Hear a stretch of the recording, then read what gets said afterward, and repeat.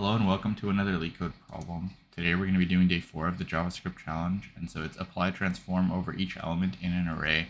You're given a function that takes an array and a callback function, and you need to apply transform over each element in that array. So it means you need to call this function on each element in the array, and you need to pass in the array and the index. So as you can see here. And let's go through the examples. So the first function will just add 1 to the element, and as you can see, that function only takes one element. So what happens in JavaScript if you pass in 2 parameters into a function that only takes 1, it'll just use the first one and ignore the second one. So you're not going to have like a syntax error like you do in a lot of other languages.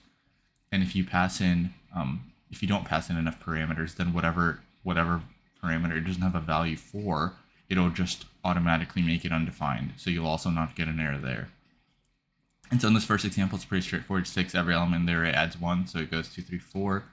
The second example does take 2 parameters, and then we do n plus I, so it just does the number plus the index that it's at, so it'll do 1 plus 0, 2 plus 1, and 3 plus 2. And the last example just returns 42 no matter what you do. Okay, so let's actually go over these and like what would happen. So one way you could do this is you could actually do a for in loop. And so you can say, and I'll show you how this works. So we're going to combine a couple things here. So if you say for let I in array, and then you say res at I equals fn at array at I, and then you actually have to do a number here because the index, even though I think it can be a number or a string, when you pass it in as a parameter here, I think it treats it as a string. So this is definitely not like a recommended way of doing things, but I just kind of wanted to show you like the stupid stuff you could do that like technically works, but isn't recommended. So let me show you this one. And so you can actually return res here. So this will combine like 2 stupid ideas. Okay, so this does work. It's pretty slow. Like technically, I think this is for ins are supposed to be pretty inefficient, but basically what it does is it takes an index in an array, and you can like it's like a normal for loop except I is an index in an array, and then you have to convert this index into a number. Otherwise, I think it's a string, so you'll get an error. So if you just pass in like I here, I think you get an error. Yeah, we can even like.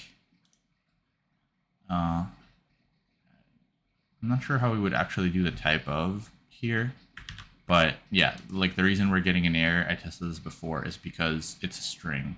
So this is like one of the slowest ways, and this is definitely like whenever you're handling arrays, I would pretty much never do this. And so the other thing we're using here, as you notice, we never actually made an array of a size, but that's totally fine because in JavaScript you can write to indices that don't exist.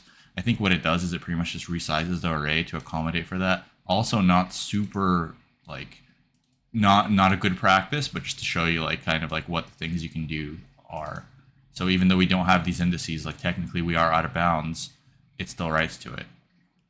Okay. So now let's look at more traditional ways of doing this. And so one traditional way, more traditional, is like this. And so this is the same thing that would be the same thing as like for element in R. This is the same thing. This is like the Python equivalent. So you're pretty much taking every single item in an array and you have access to it.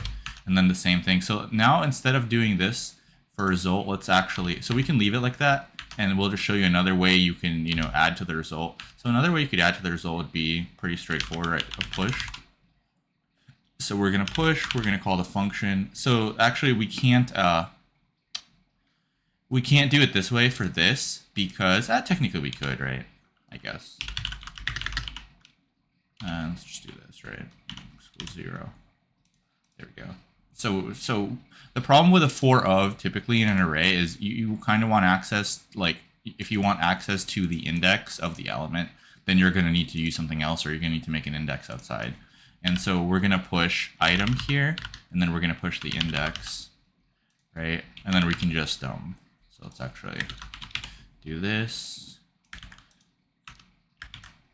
Yeah, and then we can just update the index. We can actually do like a little trick, like this, I think should work as well, right? Like a postfix incrementer. So what this will do is this will push the item and it'll push the index and then it'll increment the index after it pushes. So I think that should work. Yeah. So that's another way you could do it. You could do a push. A push is definitely like anything other than a for in, or I think a writing in arrays that you don't have the space for is going to be roughly the same like complexity, the same time complexity. Some are a little bit faster, some are a little bit slower. But I would say anything using a for of is not too bad. Using a push is not too bad. So the best way, actually, if you think about it, like using a push is okay, but a better way of doing it is, and then we'll go over that in the last one. So this is like the best way you want to do it, but you can't always do this. So first, what you want to do is you want to make an array, and if you know the length of your array, like if you know what it needs to be, like let's say you know that array has to be the length of this array, then what you want to do is you actually want to predefine its length. And if you think about it, the reason for that is because when you do pushes, the way an array is actually stored in memory is it has some pre-allocated space.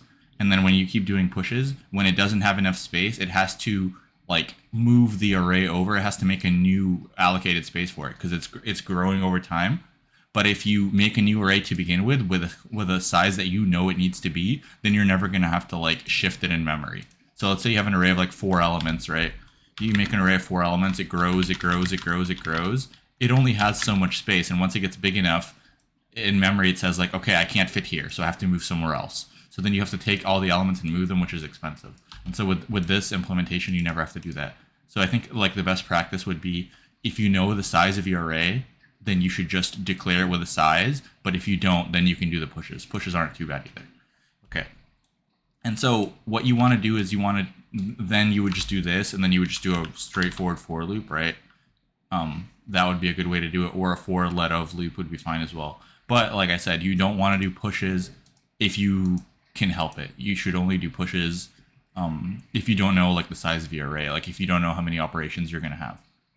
Okay, and so we can just do a straightforward like this, right?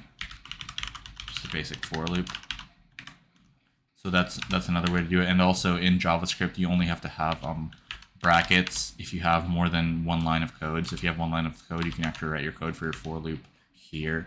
So you could just say like this, res I equals fn r I, and then the index. So that'll work as well.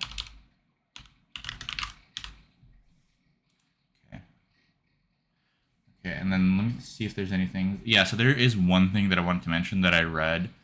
So in JavaScript, so normally arrays are like can have any kind of element. So there are also arrays in JavaScript that also can only hold like one type of item, and their size can't be altered. And so this is kind of like the old Java arrays. If you learned any of those, you know, where they're not dynamically typed. They're statically typed, and also their size, you can't keep increasing them. And so the way that would work for like an integer is something like this. And then you do the same thing of array.length. And so what this is saying is this is an integer array, and you can't actually grow it. And so I think this is a little bit faster than the other one, but it's roughly the same, so I honestly wouldn't bother with this one. So I think this should work as well. Yeah. And then finally, there's the fastest way of actually doing it is you're just overriding the array in place. It's generally not super recommended because you generally don't want to be overriding arrays, but if your method like can do that and it's totally fine, if you know you're not going to screw anything up, then that would be the preferred thing because you're not allocating any new memory, and this would be the fastest. And so you would just say array I equals function of array I at index I. Then we can just return the array now. Okay. So this would technically be the fastest, but I'd say in general, the things we learn from this are make an array of a fixed size if you know what your size is going to be. Never use a for in, pretty much, I'd say, is like a good rule. Don't really try to push, or don't really try to write outside the length of your array, even though it's possible in JavaScript. And then if you don't know the length of your array, then you can use push. That's going to be like the best thing there. And if you can override your input and it doesn't really hurt you, then that's going to be the best thing as well. But you can't always do that. Okay, so I think that's going to be it for this problem. I think I covered everything I wanted to cover. So hopefully you liked this video, and if you did, please like it, and please subscribe to the channel, and I will see you in the next one. Thanks for watching.